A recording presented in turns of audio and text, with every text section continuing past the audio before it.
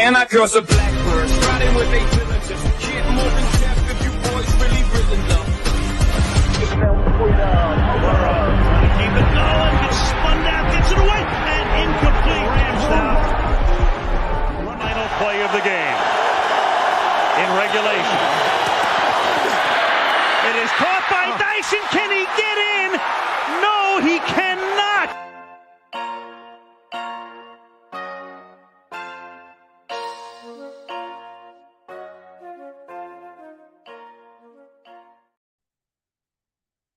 Oh, episode 4 of the Goal Line Stand. It's Michael Washington here with Krish.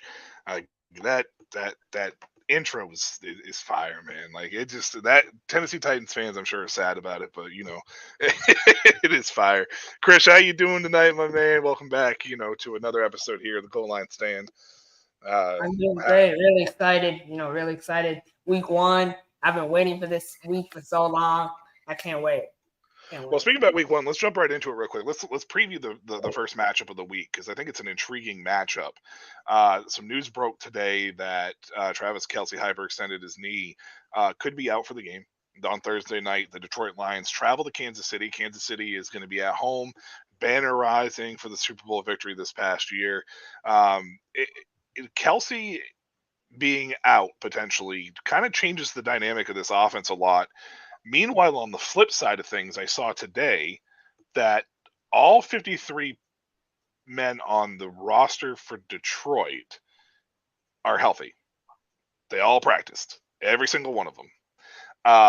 It's mind-boggling to be going into week 1 and seeing 0 on the injury report. With Kelce being out, is there a potential upset city here, especially with as good as Detroit's looked here in the past? Well, being the betting guy I am, the spread started at 8.5. As soon as Kelce, the injury news was announced, I looked 2 minutes later. The spread went down to 5.5. So 3-point swing in that amount of time, that spells to me that there is a possible upset on the horizon. Now, I believe it's going to be a shootout, but I think it's going to be a 2-point, 3-point Kansas City victory still.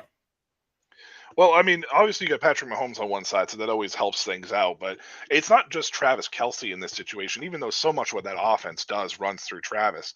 It's also Kadarius Toney's questionable. Sky Moore is unproven. Justin Ross is questionable. And from what we understand, Justin Ross is going to be kind of a package wide receiver to start the year until they can bring him along into a full-time role. But they also said that about Rashee Rice, the rookie that they drafted in the second round, it's going to be a package for him. That has to alter things, though, if Travis Kelce isn't playing. Now, they do have Noah Gray, tight end from Duke, who it fits the system perfectly. But to say that he's on Travis Kelce's level is obviously asinine speaking. Isaiah Pacheco is obviously good, but they're also without Chris Jones on defense, who does so much. This is something that I've never seen. I don't think I've ever seen for an opening day game like this, where on paper it looked like it was going to be kind of like Kansas City coming and dominating home, first home game, bannerizing, and now it's starting to look very, very questionable. Okay, I'm really excited. I think this is a great week 1 matchup. I think Dan Campbell is going to have his boys ready to play. I'm really excited to watch Jahmyr Gibbs in his debut. Really excited. Yeah. And I love Detroit this year. I mean, Ben Johnson was voted by his peers and executives as the best offensive coordinator in football, which was shocking to me. Aiden Hutchinson had a sensational rookie year on that defense. They got better in the secondary, and overall with the way that this Detroit team plays for Dan Campbell, they're a very intriguing team to watch this year. It comes down to whether or not Jared Goff can win in a big game, I guess. And that's hard. I mean, Jared Goff at night in Arrowhead, I'm worried about that for sure.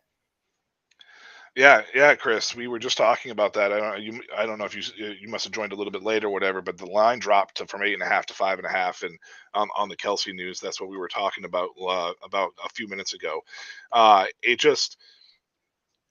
Outside of that first matchup, the first week matchup, is there another matchup that's intriguing to you the most here, as far as heading in to week one, to kind of keep a storyline here? Well, Philadelphia at New England. This is a career-defining game for Mac Jones. I'm really excited. Him in the new system with Bill O'Brien, hearing stuff, how that has been progressing. The line, again, for this game was at 8 when it first opened. It moved down to 6.5. It's going to be really interesting. I think that the Patriots are going to be able to keep up with the Eagles, but now the spread is at 3, so I don't know if they'll cover that spread.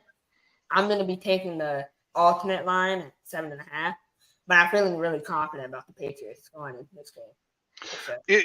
It's interesting that you mentioned that, because there is a storyline coming out of New England as well. We'll get into that in a moment.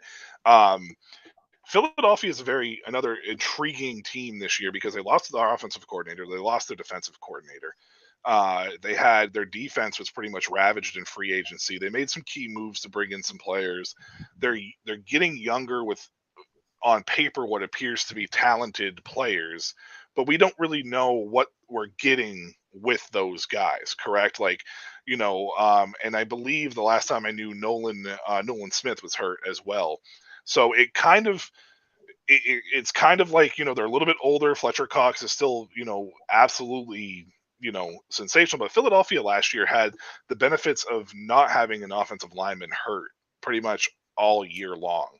It's something that it rarely happens. And when it does, you see the runs that they go on. The question for me for Philadelphia is if they have any offensive line injuries down the road, will they be able to have the same kind of success that they had last year? That's the big question for me when it comes into it. On paper, the Philadelphia Eagles look like the best team in the NFC. It's just going to be interesting to see how teams tackle them now with a lot more tape to see what they did last year, right? I mean, that's ultimately what it boils down to. And if anybody's good to do it, it's Bill Belichick and the New England Patriots. I agree. I think this is a big game. I know it's week 1. I know everyone says that, but for the Patriots to get this opportunity with this new offense, it's going to be great. So, speaking of the offense and speaking of New England, the big storyline this week is it was reported that Juju Smith-Schuster's knee is reportedly, again, about ready to explode, whatever that means. Is that concerning? We haven't really, the Patriots are always very, very close to the vest. They don't really release a lot of information. But so when something like this is dropped, we're both everybody's kind of like, maybe? It's possible it could be true. Is there any concern for you? Because outside of Juju, it's a really unproven and unsuccessful wide receiving core. With Tyquan Thornton, especially on IR. I think this presents an opportunity for Demario Douglas to step up immediately. And is he ready to step up immediately? I don't know. I don't feel very confident in him being able to step in day one. Now, Juju, I do believe Juju is hurt. You see things coming out about players being injured, and I used to be someone that wouldn't believe those reports, but I've been kind of seeing a trend where if a guy like Juju is being proclaimed to be hurt, he's most likely going to get hurt. I do believe Juju does have a slight. What's an injury history like? I'm not really familiar. To be honest with you, it's more of a TikTok history than it is an injury history. I mean, to be fair, I don't know too many major injuries for Juju other than a few small things here and there, but he's always seemed to recover pretty nicely. But I mean, looking at this wide receiving core, you have Devontae Parker, who's shown flashes, but he's not a true number one. You have Kayshon Boutte, who is, at one point in time looked like he was going to be cut. And now you have Demario Douglas and Kendrick Bourne, who I like Kendrick Bourne, but is Kendrick Bourne really a true number two? So Mike Gesicki's there, and we know how much they love using the tight ends. Obviously, Ramondre Stevenson, Zeke. They traded Pierre Strong, which was interesting to me. I didn't understand that one per se, but is this going to be a heavy dose of just ball control and Ramondre Stevenson runs the ball for 30 times? Like, what's this offense going to look like? I mean, Bill O'Brien isn't known to really, set his offense up through the run game as much as it is setting the run game up through the pass. Does he have the talent to do it, especially if Juju's knee does explode? That offensive line is horrendous. When I say that offensive line is so bad, I went to one practice, and I was looking at some of these linemen. I'm like, how are they in the NFL? With their size, their pass protection, I'm not confident at all in the Patriots' offensive line. So running the ball, I don't know if the best option for them. I think you kind of have to get Mac going early. You have to build his confidence up. Because honestly, I've heard this analogy, and as much as I don't agree with it, I do, that Mac is a rookie again. You have to build his confidence up from scratch. I don't know. How much do you agree with that? Do you think? Well, I mean, let's think about it from a standpoint of Mac Jones's perspective. He's going into his third year. He went to a team that has notoriously one of the most difficult systems to learn underneath Bill Belichick. He is now on his third offensive coordinator in 3 years. Luckily for him, it's an offensive coordinator that he has experience with Bill O'Brien. I feel like Bill Belichick did not do him any help or any service last year by having Matt Patricia call offensive plays. I think that was a disaster of an experiment, and I think to do that in his second year was detrimental to Mac Jones and who he could be. Zappe did get cut. Chris, I see that you messaged us. Bailey Zappe did get cut, but he's back on the practice squad, and they picked up Matt Corral on the practice squad. Now, here's the other thing, Chris. They have 3 quarterbacks on the practice squad, which is interesting, but I don't know if you read those emergency quarterback 3 rules. I don't know if you read them or not as far as how they were and how they went. You have to have a quarterback 3 on your 53-man roster for him to not count against the game day roster to be able to play, and it can't be a practice squad guy that gets elevated. So that means you have 1 quarterback going into this game. Now, Zappe will probably get elevated for the game, but you're not going to have an emergency 3. Does that concern you at all, especially with this offensive line going against this Eagles defensive line? A little bit. I like the quarterback 3 rule. I've been a fan of it. I remember when we do the spring football show, we talk about how many opportunities it gives guys. But having a quarterback 3 in the NFL is, I don't want to say it's a waste of a roster spot, but at the same time, I feel like the offensive Mac Jones had enough experience behind bad offensive lines that he will be able to survive this game healthy. Now, long term, I am concerned. For sure. Yeah, well, so one of the things here, Chris, and you said QB3 on a roster not count. The QB3 on the roster for the emergency does not count on the game day roster. So it still counts towards the 53. And I wish the NFL had done that differently. I wish the NFL had allowed 54 players, but not had the quarterback 3 count towards the roster spot. Like, it doesn't make any sense because teams were still cutting their third quarterback. Teams still didn't keep 3 quarterbacks. So the rule really didn't help anybody. Like, it's not a rule that ended up beneficiary to anybody in particular, unless they're battling with injuries later on in the year and elevate a quarterback later on. Week 1, obviously, you can get away with it a little bit better because almost all quarterbacks are healthy for the most part. But the rule should be, in my opinion, that you can hold the third quarterback as a designated emergency quarterback and it doesn't count towards your 53-man roster. But with that said, we'll see how it goes. It's the first year, so maybe they'll work out the kinks. Yes, Chris, maybe they will change it. Chris, any other matchups on the card or on the week schedule here that kind of pique your interest? Because I have one, and I want to talk about it in a minute, but how about for you? Is there another one that you have? I knew you were going to pick the Patriots first, so that's why I asked you. My big one is the Cowboys at the New York Giants, Sunday Night Football. That's a good one. Giants going into this game are 3.5 dogs. I think that's kind of disrespectful to the offense, to be honest. I'm really excited to see Daniel Jones with this new offensive line and also with Darren Waller. That is going to be huge. How much, I know Evan Ingram left a year and a half ago. How much of an upgrade do you personally think Darren Waller is from the previous tight ends they've had? Well, I mean, when it comes to Evan Ingram, I don't know how much of an upgrade it is as far as that's concerned. Now, here's my concern with the Giants' offense, right? Darren Waller, great addition.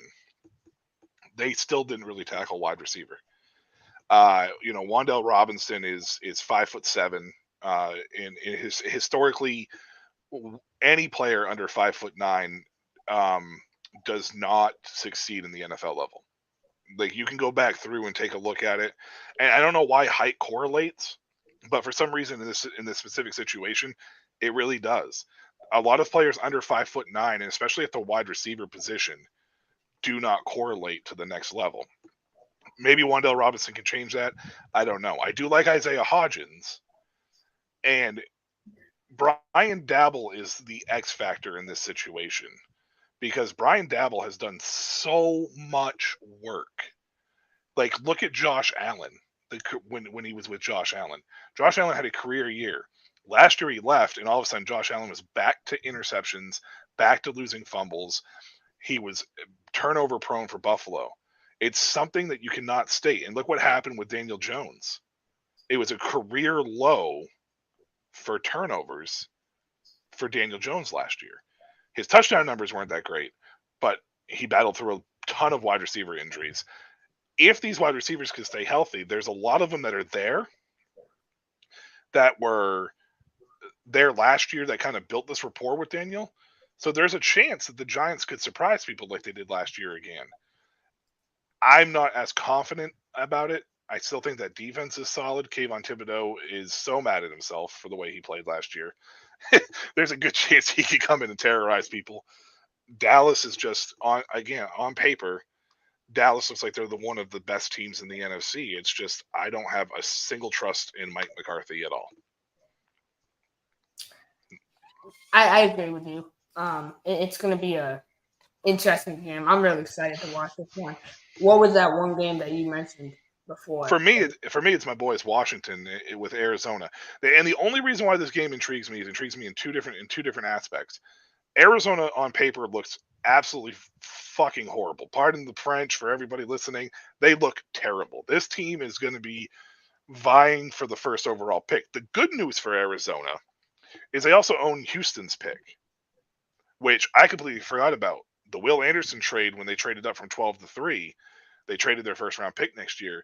The Cardinals could walk away with the top 2 picks next year. They could walk away with Caleb Williams and Marvin Harrison Jr. It is very possible that is a legit thing that happens next year because Houston's not going to be very good this first year. They might surprise a few people, but it's possible right now on paper, looking at it, that they could have the top 2 picks. Now, the Commanders intrigue me because of Sam Howell. He's the most intriguing. Yeah, I don't think there's another quarterback in the league right now that has more eyes and more of an intriguing um, hype surrounding him because A, Eric Bieniemy's there, B, Howell looked really good against Dallas at the end of the year last year, C, Ron Rivera, was battling everything that happened with him last year, and he even went on to say that if he had knew how good Sam Howell was, he would have started him sooner last year. So there's obviously some love there. It's new ownership mode. There's going to be a lot of hype surrounding Washington. So for me, it really boils down to just seeing, is Arizona as bad as I think they are? And is Sam Howell as good as I think he could be? That's why that game is more intriguing to me than anything else. So one thing I wanted to point out to you is I was looking at prop for this week, and I thought Sam Howell rushing prop was set at 25. How do you feel about that? Oh, I think that's great. Sam Howell can move. I mean, he moved at North Carolina. And really, honestly, when Sam Howell dropped in the draft, this is a guy who, like, let's hype. I'm going to hype Sam Howell up here for a little bit here. This is a guy who was once projected to be the first overall pick in the draft. That's not a opinion. That's a fact. He was legit projected to be a number 1 overall pick. He had a bad year his last year out. And when I say bad, I don't mean that bad. I mean bad on a perspective front. It looked worse than what it really was. The North Carolina Tar Heels that year were offensive linely so inept that it made Howell look significantly worse than what he was on the eye test. But here's the thing. If it wasn't for Sam Howell, North Carolina would have won maybe 4 games if they were lucky that year. And you can go back and take a look at any one of their situations and go take a look at his numbers. And that's ultimately what it boils down to. So Howell has the talent. It's just a matter of whether or not he puts it together at this level. And Eric Bieniemy is a perfect coach for him to get that under, in my opinion. That's a great point. I think he's going to – I mean, watching that last preseason game, that gave me a lot of hope in what Sam Howell's capable of. No doubt. Speaking of injuries and stuff, real quick, Krish, I want to talk a little bit about since we're Washington, Arizona, get into the Kyler Murray situation, because obviously this situation in Arizona is going to get ugly. I mean, as much as anybody wants to think it's not because of the contract that Kyler has there, they're delusional. Because at the end of the day, reports are coming out that Arizona could possibly keep Kyler on the PUP list or IR all season long. So that way he's healthy in February to when they get to a physical. Now, what's important about this physical? If he fails the physical, there's an injury clause that kicks in his contract over the next 3 years that guarantees money that Arizona has to pay him. If he passes this physical, it does not kick in, and therefore Arizona could move on. The dead cap space is insane, but when you're a rebuilding team like Arizona is, there is a very good chance that they could eat that dead cap space over the next couple of years, and the back half of that contract, there's less guaranteed money. So by the time that they rebuild this team into the image that they want, they could be hitting their stride. Is it possible that is what Arizona is trying to do, especially with a new coaching staff and a new GM? So I don't know if you remember, but in the off season, they hired a new GM, Yep. Michael Ossoff, I think his name is, and new GM, new energy. And he made a comment in the press conference that I thought was kind of a slice at Kyler. I forgot exactly what he said, but he's like, this team is not built around one player's attitude or something like that. And when he said that, I'm like, okay, they're looking for a change of attitude. Kyler has obviously lost a lot of respect, like Chris said in the comments, around the building with everything. Caleb Williams is an animal. I mean, you look at his stats, 9 touchdowns, 0 picks. He's second in the country in passing yards, coming off a Heisman Trophy. You can't pass that up at number 1. And like we said earlier, like they have their eyes set on him. So I think it's worth it for them to eat the dead cat for sure. Yeah, and I think that's really where it's going to come down to is, honestly, Kyler Murray would not have been the first overall pick if it wasn't for Cliff Kingsbury. I mean, let's make no mistake about it. Cliff Kingsbury was able to come in, get his boy Steve Keim was kind of like, okay, let's do it. And Murray's electric in the open field, but as a quarterback, I'm not a huge fan of him. And I think that's an issue. And I think Arizona is now seeing that with the new regimen, with what they have.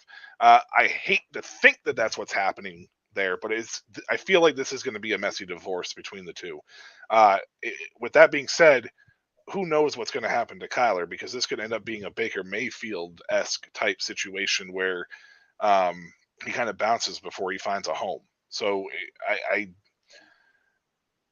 I don't know. I think Arizona's in a perfect position to be rebuilding. The roster looks absolutely horrible as far as an NFL roster is concerned. These are talented players across the board, don't get me wrong. But in comparison to some of these other rosters, it's definitely something that sticks out like a sore thumb for sure. With injuries, Krish, do you feel that these teams rush people back sometimes too soon, or what? I always go back to this thing when you're making millions. Like if I'm a GM and I'm spending money on a guy, like I want them out there. Now I'm not telling them to give me the Dan Snyder RG3 treatment and what receiver didn't another receiver come out against Dan Snyder this past week? Oh, I mean, it could have been anybody that came out against Dan Snyder. I mean, let's face it. Dan Snyder is good riddance. Just good riddance. So, I mean, owners do that. Owners want their guys to play. I think the best example of someone rushing someone back from injury is Joe Burrow. Zach Taylor, he had a press conference the other day, and he said he was uncertain if Joe Burrow will play week 1. It's hard, they're playing the Browns week 1. When you have a high-level opponent, I mean, every game in the NFL is a dogfight, but when you have those high upper echelon opponents, resting guys is important for playoffs. And we see guys get worn out all the time. It's so many perspectives you can look at it as. I do think sometimes, though, teams do rush guys back too quick. So this topic came up for me because I was in a conversation about Cooper Kupp, because Cooper Kupp re-aggravated his hamstring. He's with a specialist. He went up to Minnesota to get a specialist to find out what's the cause or what could possibly be the cause of the hamstring. And it made me start thinking about how Lamar Jackson and Michael Thomas the last year or two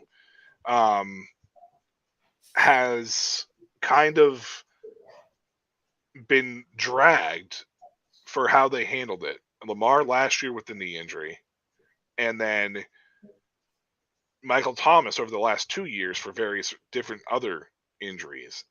The Saints and the Ravens both are sticking by their guy, whereas it feels like some of these other teams are rushing people back too soon and they're not fully healed. And I'm not saying that's necessarily what happened with the Rams in the hamstring injury with Kupp, but was it necessary for Kupp to be playing in the preseason at all? And I know he missed time last year, but was it something that was worth doing, in my opinion? And to me, seeing that he might miss week 1, I'm going to say no. I'm going to say no to that. I don't know. I hope the teams aren't rushing people back, but we all know that it's possible. And we saw it with Washington and RG3, and they absolutely killed his career. So, he had gone to any other team other than Washington, this guy would have been lighting up the NFL now, as far as that's concerned. Chris, who's going to be your week 1 performer or week 1 player to keep an eye on? We didn't talk about this. I'm throwing you on the spot here. So who's going to be your week 1? Like, I guess you call him your week 1 MVP. Who's it going to be? I gotta go with my fantasy quarterback, Lamar Jackson. Okay. I'm really, really Like, I can't express to you how much belief and faith I have in Todd Monken. You know, what he did over at Georgia and what he's going to do with this new offense. Lamar seems to be back in control. I like the Bijan. I'm on the Bijan train too. It's just the fumble problem. You know, the fumble problem is a big issue with Bijan. So being a rookie in the NFL, but Lamar is my number 1 pick, and my number 2 pick is going to be Sam Howell for sure. Oh, okay. Good old Sam Howell. Nice. I'm taking a little bit of a different route here. I'm actually going to go with DK Metcalf in Seattle. Normally, I am not a huge fan of DK. Well, okay, I'm a fan of DK. I feel that DK is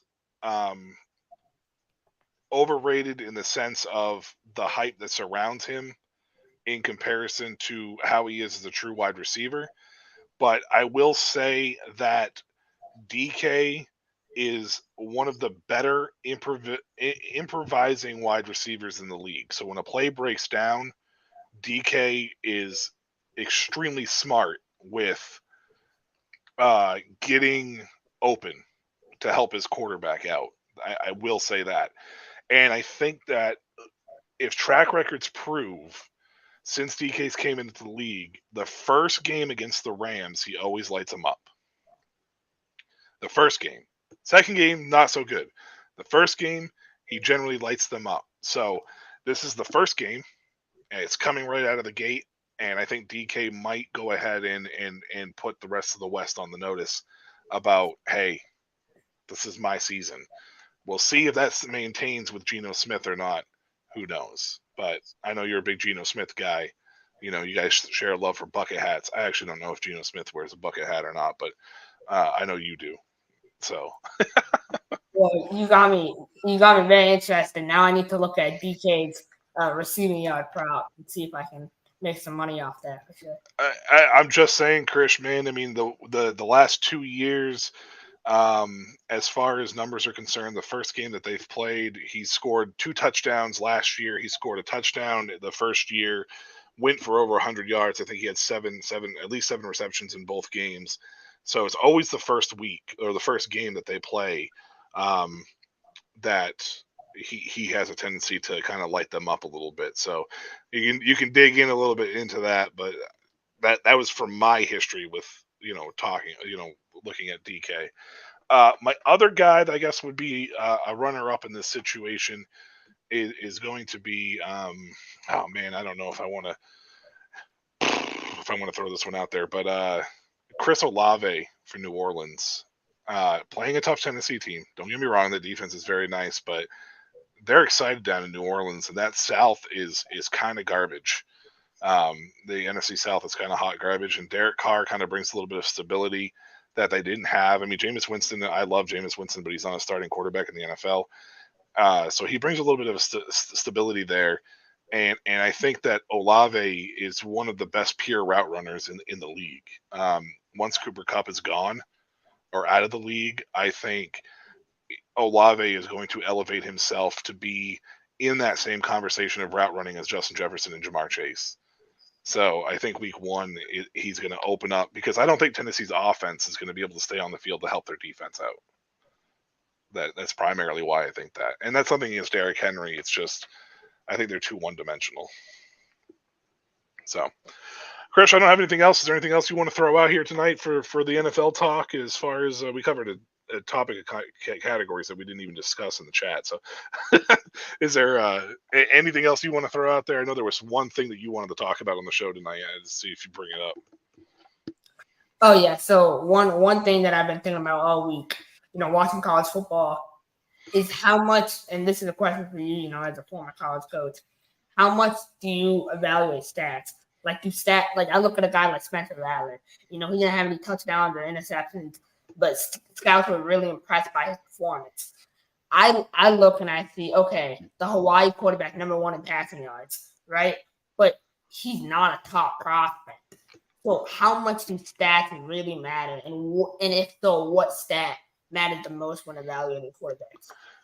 So when you're talking about the college football to NFL transition, A lot of the key things that you have to look for are poise, leadership, the ability to be on the field to make the plays when it matters the most. Now, stats are fine and dandy, but stats don't tell the whole story. For instance, Spencer Rattler, as you said, didn't throw a touchdown, got sacked 9 times.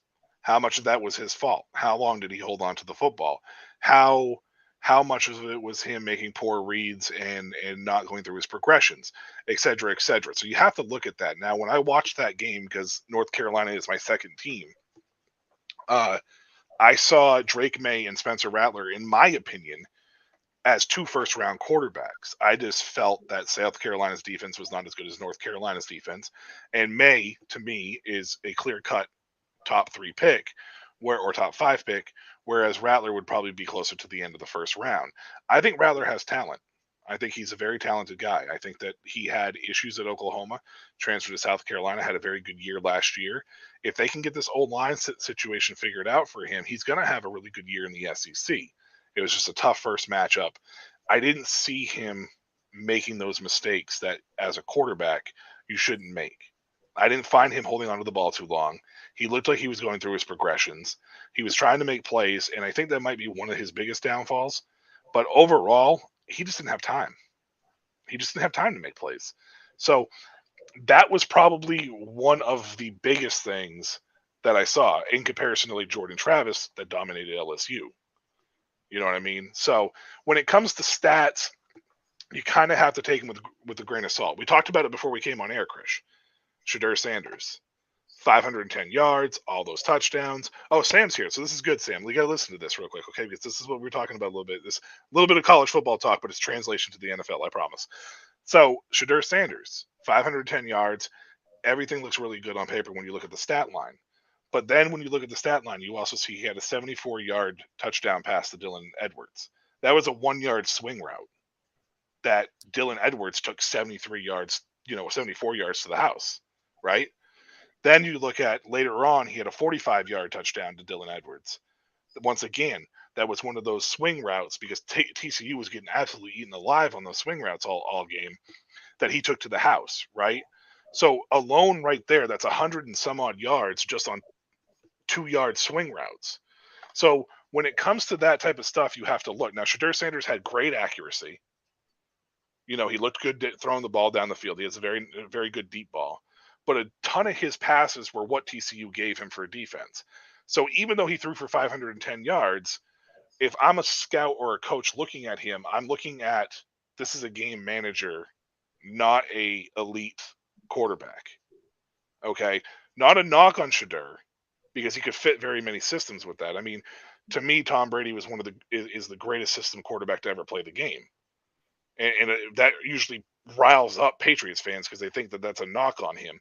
It's not a knock on him. It's just he needed some sort of Patriot offense to succeed because that's all he ever knew, right? So when I see that with Shadur, that's what I see. There's 2 things that I would be very curious about when it comes to the statistic side of things. And I mentioned him off air. His ADOT, which is his average depth of target, what was that? Was it on the higher end or was it on the lower end? If it was on the lower end and it was all yards after catch, that becomes a thing. Yards after catch. Because how many yards, were after that catch due to broken tackles or just poor defense in general? Because those tell a little bit more of a compelling story than 510 yards, 50% completion percentage, or 65% completion percentage, and 4 touchdowns, right? The stat line looks great, but you need to be able to see a little bit further into what that is. And those splits are extremely important, especially when you're an NFL player looking at it. Perfect example is Mitchell Trubisky. Great talent, but never put it together because Chicago didn't work with him. At the end of the day, that's what happened. They didn't work with him. They gave him a chance and an opportunity. It wasn't all his fault, but he never reached his ceiling because they didn't work with him. So that's to your question about Spencer Rattler and stuff. So I see what you're saying about when you say A dot, what's a good A dot? You think like 10 to 15 yards or more? no, 10 to 15 generally tends to be on the higher side. Usually most A dots, like your elite A dots, are usually over like 7.5 to 8 yards, or a little bit over 8 yards. It's all right around that. It's all relative. I think last year, one of the highest A dots in the NFL, I think was like 8.4 or 8.8, somewhere in that range. So anything that's around 6, 7, normally the elite levels are around 8. So that would be, key. Sometimes you get into that 10, but it's very rare. Generally what happens is offenses are quick. They're quick hitting. So the A dot generally falls a little bit lower, because even though you hit those mid to deep routes, everything's usually set up from the inside the 10-yard line. So your mid-range ones are like 5.5 to 6, maybe a little over 6, but the elite ones that you really want to look at is that 7.5 to 8, and what his accuracy was with it too. Those two go hand in hand. For sure. No, it's definitely an interesting stat. I'm gonna definitely keep my eye out for that. Hopefully, I don't know if ESPN has that stat where I can find it, but it's a fairly new stat in the sense of the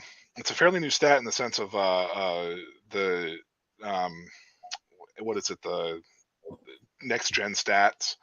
So occasionally if you're watching if you're watching a game, they'll throw the stat up there every now and then. So just keep an eye on that if you're going to run with that and see what happens. You might be able to find it somewhere in a more in-depth like stat situation, but that's generally where you can find the perfect, like a guy that really fits your offense. It just depends on where that is. for sure.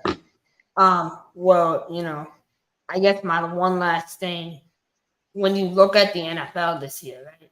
You look at all these quarterbacks. If you had to pick 2 to 3 quarterbacks that are on the hot seat, with the talented draft class coming in, who would you pick? Well, I mean, you can just go kind of like down through the list. I mean, obviously Mac Jones is on the hot seat, not due to anything that Mac Jones necessarily has done. It's just the nature that his contract's coming up. So that's a big possibility. Tua in Miami is an interesting one, not because of anything that he's necessarily doing, but health reasons, obviously.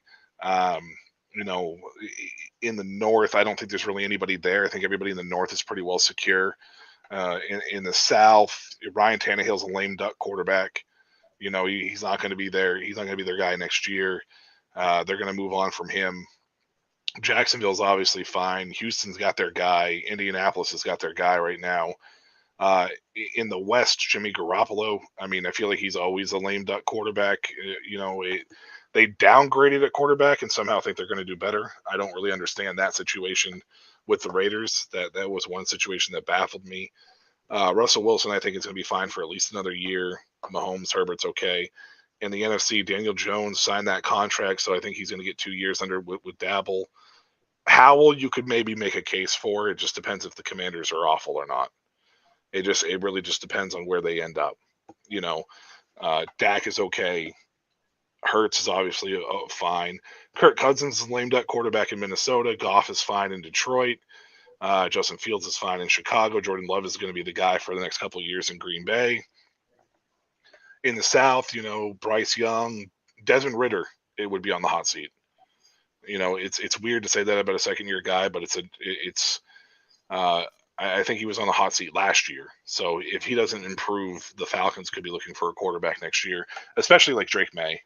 I mean, it's right there, hometown right near his hometown type stuff. So that's a possibility. New Orleans is fine, and then Tampa Bay, Baker Mayfield is another guy that's on the hot seat. I just feel like Baker Mayfield's always on the hot seat. So wherever he is, he's a hot seat candidate. And then out in the West, Geno Smith is on the hot seat only because we don't know what he really truly is. Matthew Stafford, apparently the Rams were trying to move on from him in the offseason, supposedly. Don't know how true that report is. His contract is a little tricky. I think he'll be okay for another year. San Francisco, Brock Purdy could be on the hot seat, which is very weird because they traded Trey Lance. I think they're going to give him at least 2 years to really make sure. But if San Francisco misses the playoffs and only win 5 games this year, can you really roll with Purdy next year? You know what I mean? Like that. Ultimately, at the end of the day, can you really do that? And then obviously anybody in Arizona, you might as well just write Arizona at the top of that for the quarterback thing. And that's me running down through all 32 teams in the matter of, I don't even know, a minute and a half. That was impressive. No, but great show today. I'm really excited for week 1. I'm excited to see how your Commanders do. And yeah, it's gonna be a really fun start to the NFL season. Also, real quick, I just want to throw out, I don't know what that ouch is for. I don't know if it's something I said or if it's something in the comments, but probably that Mark Davis comment. Chandler Jones is some kind of weird situation with the Raiders right now. Don't know what's happening there. Don't know the full details. He's removed the Raiders from pretty much all social media. He's not following them. He posted something about the GM and head coach, and it just came out of nowhere. So keep an eye on that whenever you see what's happening with that situation. But I just wanted to mention it real quick before we went off air here. So, yeah, great show, Chris. Thank you so much tonight. Goal Line Stand, episode 4, as always, here on the Shady Sports Network.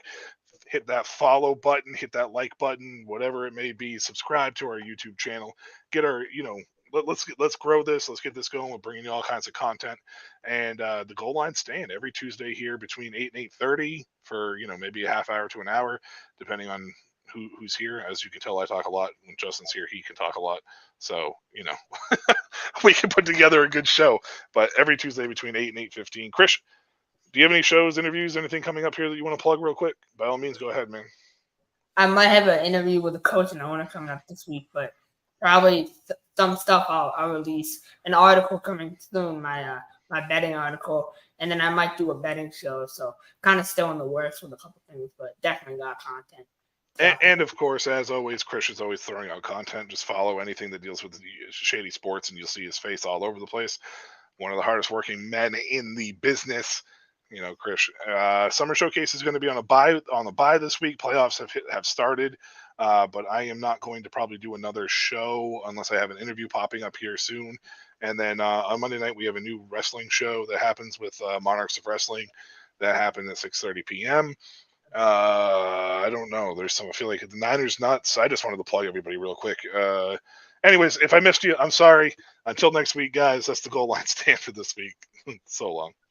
Definitely comment. One more thing. Comment below if you want a basketball show or a women's basketball show. So, I've been thinking about doing something like that. So I'm interested to see if you guys are interested in something like that for sure. But we'll see you in the next episode. I'm a game changer.